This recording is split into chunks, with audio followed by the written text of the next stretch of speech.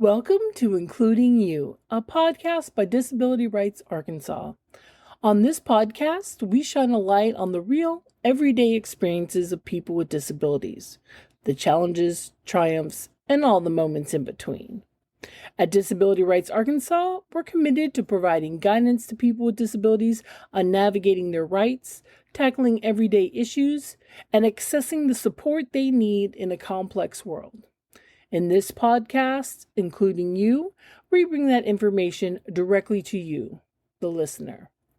We'll cover topics like accessibility questions, building your career, securing the care you deserve, and even navigating the nuances of love and relationships as a person with a disability. Because everyone has the right to know their rights. Everyone, including you. So whether you're a seasoned advocate or someone just starting to think differently about disability, you're in the right place.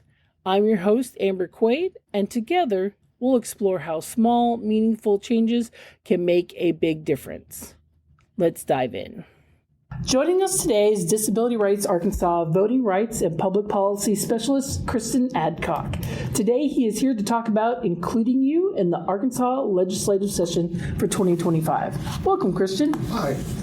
So we just have a few questions for you, and basically we're going to start with, what is the legislative session? Well, every 2 years in Arkansas, they have what's called a general legislative session where all the legislators will meet for at least 3 months, sometimes more, depending on if they extend the session. And what happens is they all get together and propose and pass new laws that can be anything. It's any idea they've gotten from their constituent, anything they've heard. The subject matter is wide open during a general session. In even numbered years, we have what's called a fiscal session, which is generally limited to budget issues. But yeah, the one we're in right now just started this week, and it is a free-for-all. They can go over and they can pass any kind of legislation they want. We've seen some pretty major pieces of legislation in the last couple of years. Things like the LEARNS Act, the Protect Arkansas Act, and other kind of big reforms, as well as lots of smaller stuff that happens during the legislative session that doesn't really get a lot of coverage. So things like, more local issues or tax issues or things like that kind of don't get the same press as something massive like the LEARNS Act, which restructured the entire educational system in Arkansas. All right. So it's just open season technically right now for all of this. So that's going to be exciting to see what comes out. It certainly is. Like I said, it's a free-for-all. They can you'll see a lot of things this session ranging from things like higher education reforms all the way to Medicaid, that kind of thing. But the legislative session, in short, is when new laws get made, and they come together, they vote on the laws go before the governor. The governor either passes or vetoes them, and then depending on whether or not they're vetoed, they can go back and the legislature can try again with a higher majority of votes. So that's kind of how the sausage is made in Arkansas as far as laws go. If you've ever seen Schoolhouse Rock, it's kind of like that. So that's sort of my go-to example when I want to show somebody how the process works, because it's a good show. It's a good show. I agree. Yeah, so that's kind of the basics of what a legislative session is. And people can participate as much or as little as they like. For anybody that's listening, I would encourage you to participate a whole bunch, because this is where sort of much more than a fiscal session, in a general session, these are the laws that are going to have sort of a direct, visible impact. In a fiscal session, the impact the laws have with budget and tax stuff, it's things that they definitely have an effect, don't get me wrong.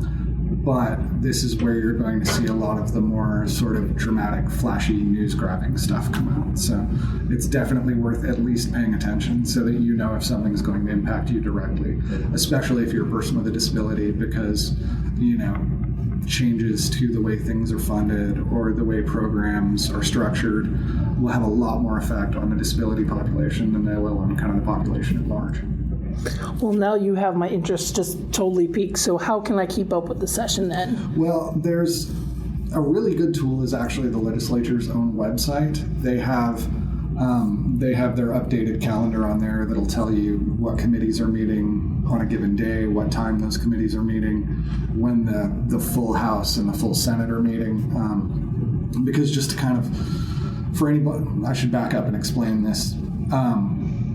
you have separate committees that deal with separate pieces of legislation. So if it's, let's say, a piece of legislation about,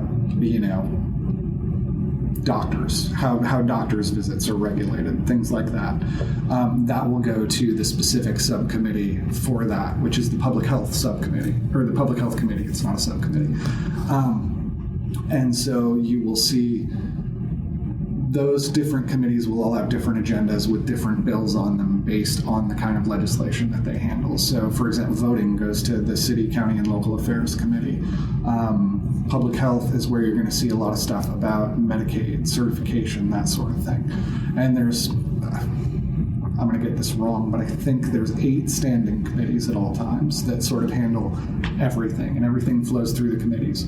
So just to kind of go Schoolhouse Rock again, the way the process works is a piece of legislation gets introduced, and it's introduced to the full Senate or the full House, and then it's referred to a committee from there. And the committee votes. That's where they'll have sort of the debate, and they'll discuss the legislation. It's where the opportunity for public input comes into effect. And we'll go into all that later. But those committee meetings, then the committee as a whole will vote to either send it out to the House or the Senate as a whole, or they'll vote to not pass it through committee, in which case it's what we call a dies in committee. So that's just the end of the bill right there. But yeah, so if life cycle of a bill, basically, it's introduced in the House or Senate, gets sent to a committee, gets voted out of the committee, back to the House or the Senate to vote on whether or not they want to pass it. And then, because this wasn't complicated or Byzantine enough, they repeat the whole process on the opposite side. If it went through on the House side first, then it goes through the Senate and vice versa. So that's kind of, and then after it goes through both the House and the Senate, it gets passed to the governor for either her signature or her veto. And there's more to that, of course, because of course you have things, there's the amendment process and things like that if they want to change the bill, but that's just kind of the general way that works. So that's why knowing, where to go to find the committee meetings is so important. On the calendar, you can look at the agendas to see what bills are going to be in committee, and that's not necessarily a guarantee that they'll get brought up in that committee, because there's nothing that says that if it's on the agenda that a committee has to deal with it that day. It's just sort of on their agenda until they deal with it one way or another, or the session ends and it never gets brought before a committee. But that's kind of the best way to have a general idea of sort of what's where in the process. So if I'm understanding this right, a bill could be either reviewed today or say 3 or 4 months from now, yes, or not at all. Yes. And last general session, there was sort of not a lot of stuff got passed until towards the end of the session when they were starting to run out of time. So it really is, and part of that might be due to the fact that for the first time they had these sort of large omnibus style bills, and an omnibus bill is when you have a bunch of smaller changes all wrapped up into one larger bill, so something like the Learns Act or the Protect Arkansas Act. But yeah, so it's hard to tell, and that's why later on there are places you can go, including DRA, that will kind of try to give folks heads up when an important piece of legislation is going to go through committee. If we know, sometimes things just it's a surprise and you don't know, or they will suspend the rules so that something can be heard earlier than it would have normally, but that's pretty rare, especially during a general session. That's stuff you see more in sort of the shorter sessions. But yeah, and all of those meetings, there's the calendar on their website, the legislature's website, and then through that same website, you can watch all the meetings live. So you don't necessarily have to go down to the legislature if you're trying to see what's going on. You can watch them just on the internet. You can stream them live. And so that's something I do a lot, because sometimes you just don't want to be in a meeting for 12 hours. You don't want to spend the whole day down at the Capitol. The other thing that's good for is if you have 2 committees that are scheduled to meet at the same time and you can only be in one, you can go back and watch the meetings that have streamed later. So, oh, that's actually nice, especially for accessibility reasons, like not only time-wise, but being able to get actually down to the building itself. People have jobs, and people have other responsibilities. People have whole lives that don't involve the people at the Capitol. Exactly. So, yeah, that's a good way to kind of keep up with it on your own time. Like I mentioned before, there's several organizations that kind of keep tabs on what's happening. And so if you know there's a piece of legislation having to do with something, a topic you care about that's coming down the pipeline, but it hasn't been filed yet, for example, disability legislation, that's something where if an important piece of legislation comes up, DRA, we'll put it up on our social media, or we'll have it on our website and that sort of thing. Additionally, For Our People is another organization that usually does live Twitter updates, and I know there's some others. We are a nonpartisan organization, so I can't speak to everyone else, but the information you get from us is going to be as nonpartisan as we can make it. We're going to try to focus on the impact that the legislation will have on the disability community and things of that nature, but we're not going to tell you, oh, this is bad. We're not going to put a bunch of political spin on it, and we're not the only organization like that. There's several. And so it's a good idea to keep an eye on that. If you don't have access to the internet, you can follow it in the newspaper or traditional media like that. There should be coverage of the session. And so there's different ways to kind of keep tabs on things. If you go to our website, we do legislative tracking. We did it during the last session too, where we have a list of legislation that we flagged that we think is going to have an impact on the disability community, and you can go there and kind of get some information about it, find out where it's at in the process, which legislator sponsored it, and the legislative sponsor is just the name of whatever legislator introduced the bill. Sometimes there's one, usually there's two, sometimes there's 40. It depends. But that's good to know so that you know who to contact if it's a bill that you care about. And so there's lots of ways to follow it and to follow the session as it goes, and you just kind of have to determine your own level of involvement. So there seem to be a lot of places that you can keep up with the sessions that are happening, but what issues can we expect to see coming up in this next session? Well, every session, there's always the stuff you kind of don't see coming, but if you're paying attention and following the news and listening to statements that the governor's made or that legislators have made, you can get a pretty good idea of some of the bigger issues that are going to be coming out during the session. So we know, for example, that they're looking to make some changes to higher ed policy. We know that they are going to take a look at things, sort of some cleanup stuff with the LEARNS Act and the Protect Arkansas Act, sort of some rulemaking and some supplemental stuff to make that work more in line with sort of what they envisioned. We know that they're going to look at how mental health care services are delivered and how that works with Medicaid and some things like that. We know that maternal health care has also been a big issue over the last year with sort of postpartum care and possibly extending that out to 12 months. It's something that the governor has said she doesn't think is necessary, but there are some legislators who are in favor of that. So we know that that's going to happen. I think some bills have already been filed on that. And then we know that they want to take a look at some more public safety issues and just some more general kind of education issues. So it's sort of, and this is all stuff that you can follow along with at those places I mentioned before, but if you're curious as to sort of what's coming for future sessions, you can look. They usually start talking about this stuff a few months ahead of time. So if you're paying attention, or if you can just, you can Google, or if you pay attention to the news, you'll see comments about it and things, where the governor will say, oh, we need to take a closer look at this. Or sometimes they will just flat out say, this is something we're going to be looking at in the next session. And if there's something, speaking of, actually, while I'm on the topic, before the session happens, and it's too late now for this current session, but the time to contact your legislator is not after the session starts. You want to contact your representative or your senator leading up to the session. So, a couple of months ahead of time, if there's something, that is a problem in your community that, needs to be fixed, because they're your representatives. So that's the time to contact them. It's not a week week or a month into the session. So it sounds like that I have to get involved before the session starts to really make an impact on what I want our legislators to talk about. So at this point, how do I get involved? Well, not necessarily before the session. If you have an issue that you want to bring to your legislators' attention, it's best to do it beforehand. But if there's other things that come up during the session that you want to get involved with, the best place to start is always to contact your legislator. You have a representative and a senator that represent you, and so know who they are. You can find that on the legislative website as well if you don't already know.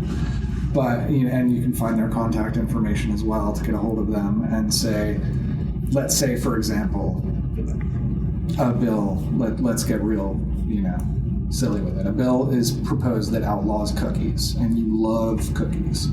So what you would then do is call your legislator, your senator, and say, we, the cookie-loving people of your district, would prefer that you vote against this bill.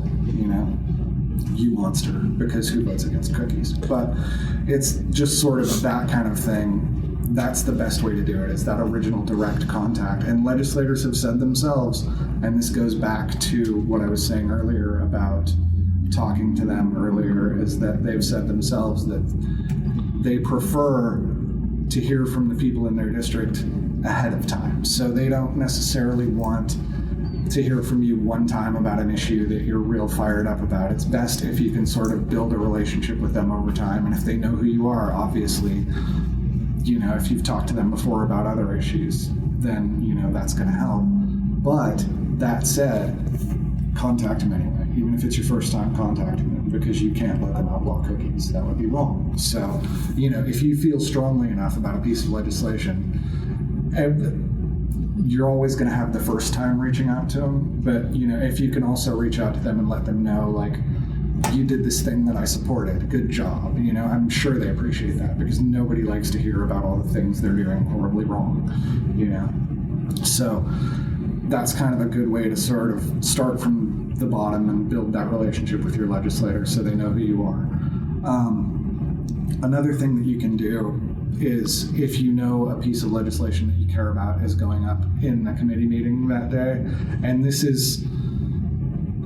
there's a lot of caveats that go with this one, because not everybody can take a day off work. Not everybody can get to Little Rock. Not everybody is okay or comfortable with public speaking, and that's fine. But if it's an option for you and it's something you care about a lot, a really good thing to do is go and sign up to testify at a committee meeting about a piece of legislation.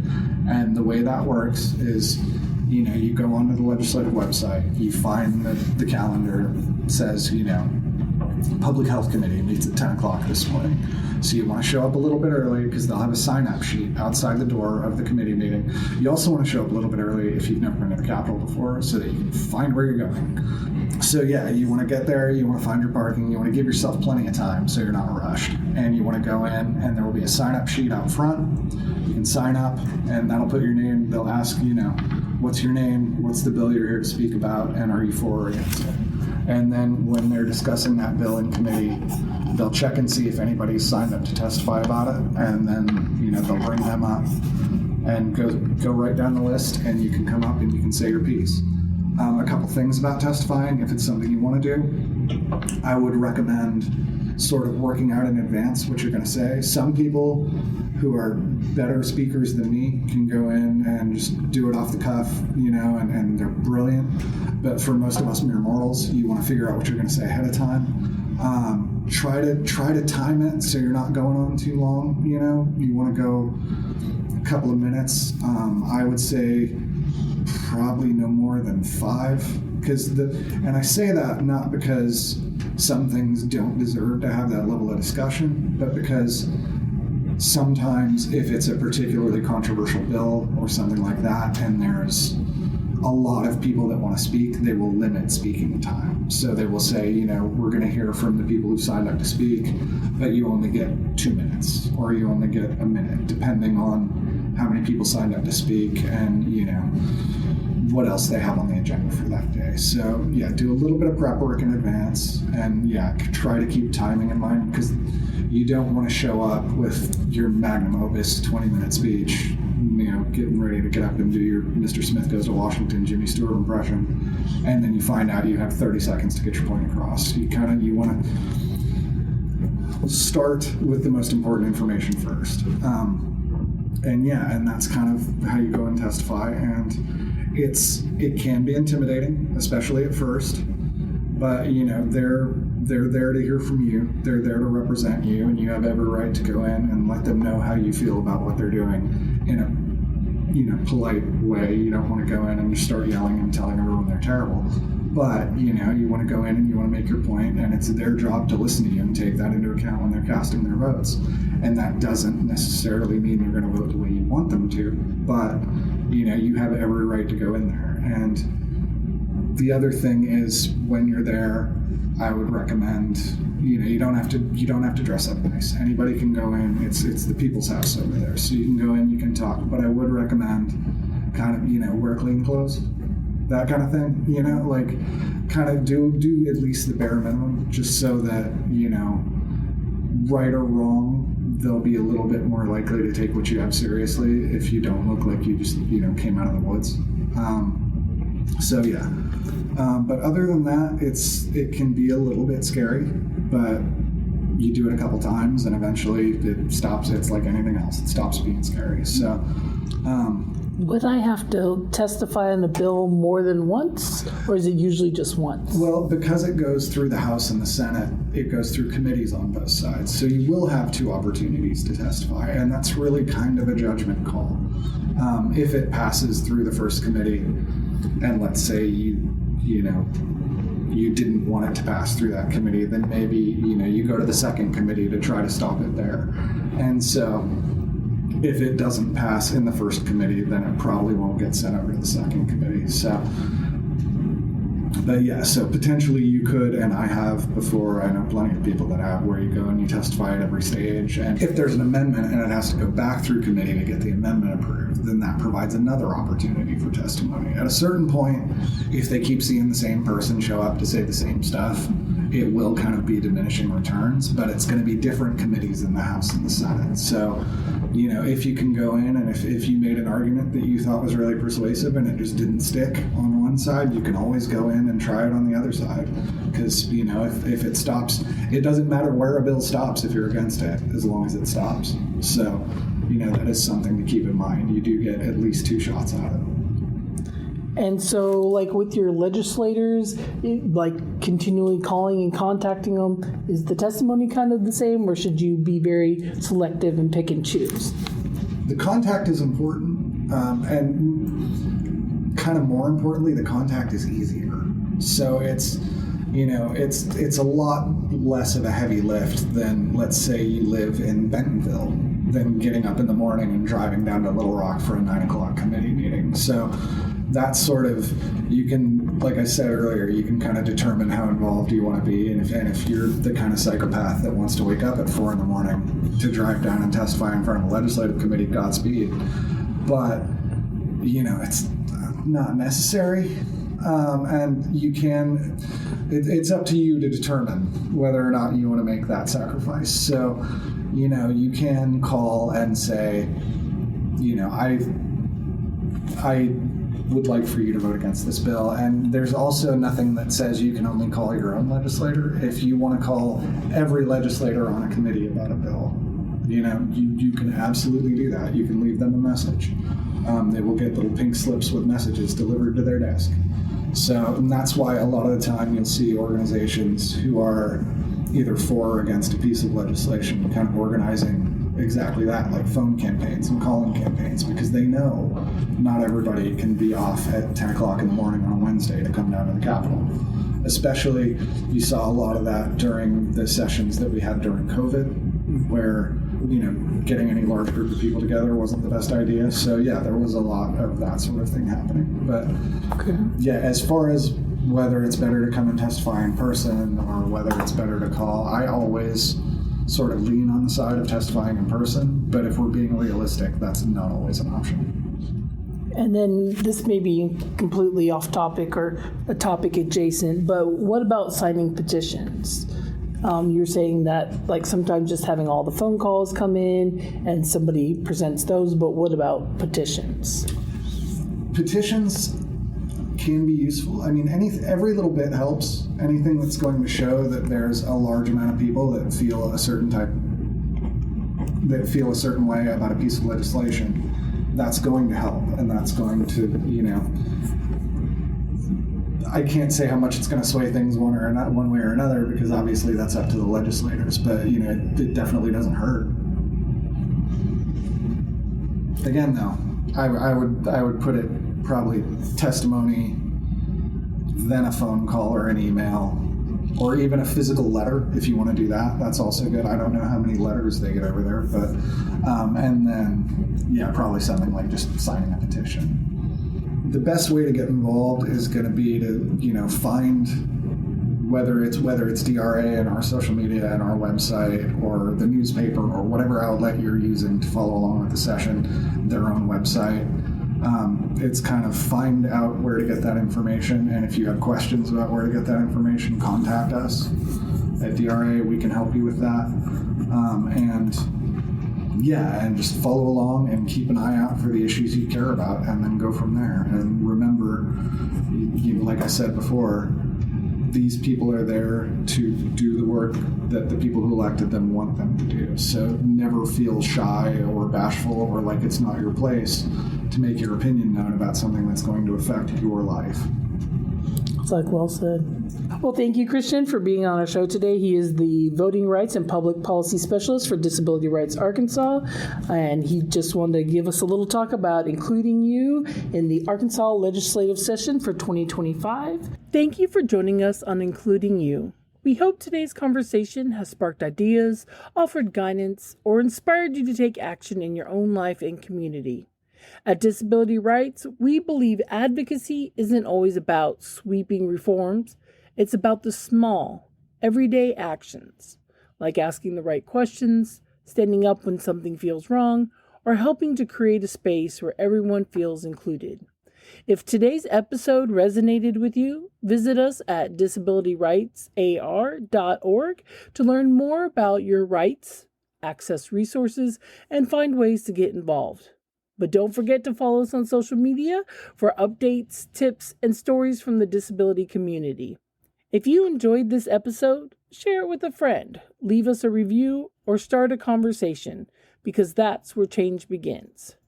Remember, everyone deserves to know their rights.